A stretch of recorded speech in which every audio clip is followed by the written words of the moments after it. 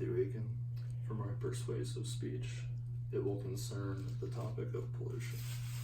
My general goal within this speech is to make everyone aware of the implications that pollution can have on the environment, as well as inform people as to what they can do to reduce the levels of pollution in the future.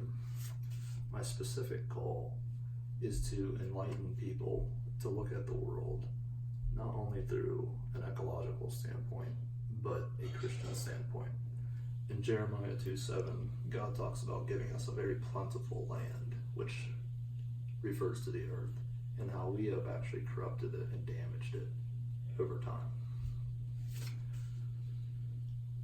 Have you ever just dropped a piece of trash on the floor or the ground or out of your car window and have been too apathetic to pick it up?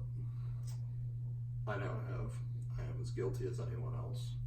However, this is a paramount issue in today's society, and historically speaking, that one little mistake, one little act of carelessness can have dramatic effects and affect the environment via a butterfly effect. As a sciences major, I have immersed myself within the studies of the universe as well as the world that we live in. And so I am fairly well informed on the subject of what pollution actually has on the environment, the toll it takes on life itself, as well as what it does to our society and ecosystem.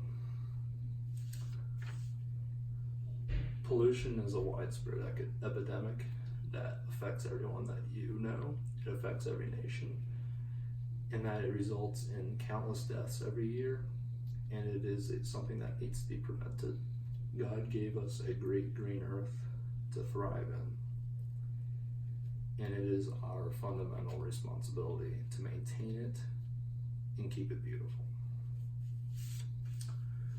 When we examine the depth of pollution,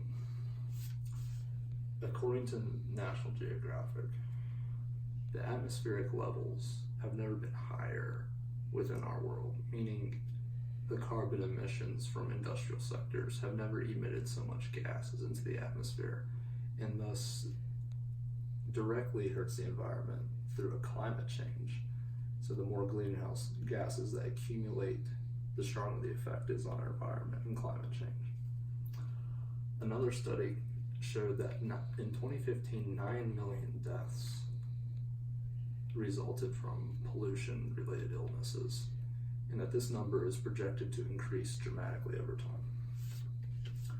In Genesis, which concerns my second point, God talks about how he made the earth from nothing, and it was good. It was perfect for us. He made us in his own image. How special must we be to be granted something so graciously nice and just beautiful? And that's just a point of consideration that I'd like everyone to think about.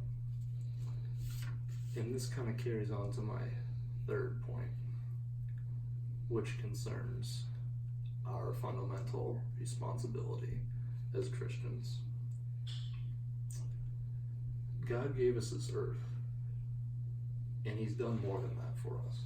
In John 3:16, God so loved the world that he gave up his only son for us and our salvation. If he can do that, can we not be apathetic? Can we not be careless? Can we show initiative and genuine love for not only ourselves, but our environment and people among us? That next time you drop a piece of trash, that you make an effort to clean it up and clean up the next one that you see.